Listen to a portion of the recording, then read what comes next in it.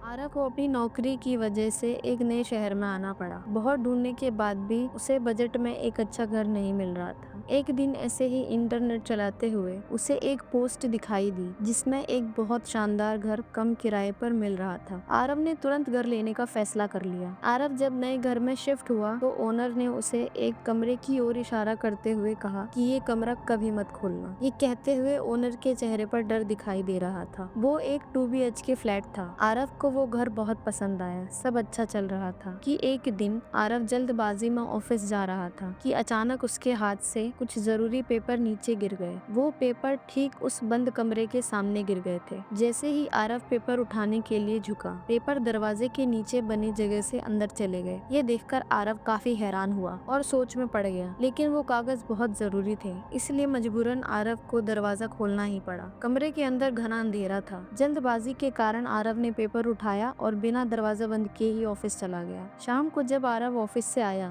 तो सारा घर बिखरा पड़ा था, मानो जैसे घर में तूफान आया हो। तभी उसे एक अजीब सी बदबू का एहसास हुआ। फिर देखने के बाद उसे लगा कि बदबू उसी कमरे से आ रही है। आरव ने जब अंदर झांका तो उसे अंदर केवल अंधेरा ही दिखाई दिया। उसने फोन की फ्लैशलाइट ऑन की और अंदर पैर रखा। जैसे ही आरव कमरे के अंदर गया, दरवाजा जोर से बंद हो गया। कमरे में घुटन थी, हवा भी ठंडी और भारी हो गई थी। अचानक बदबू तेज हो गई, जैसे वहाँ कोई लाश सड़ रही हो। तभी पीछे से जोर से खरोचने की आवाज आई। उसने पीछे देखा, सामने दीवार पर लंबे नाखूनों के निशान उभर रहे थे, खुद ब खुद। तभी कमरे के कोने में कुछ हिला। जैसे ही वहाँ रोशनी पड़ी तो वहाँ एक झुकी हुई आकृति बिना हलचल के बैठी थी। उसके मुंह से काला पानी टपक रहा था। आरव की चीख हालत में ही अटक गई। आरव के पैर वहीं जम गए। इतने में वही आकृति घुटनों के बल दौड़ती हुई आरव पर झपट पड़ी। कुछ दिन बाद जब मकान मालिक ने दरवाजा खोला तो वहाँ बस गहरे नाखूनों के निशान थे। इसके बाद ओनर ने वो घर हमेशा के लिए बंद कर दिया।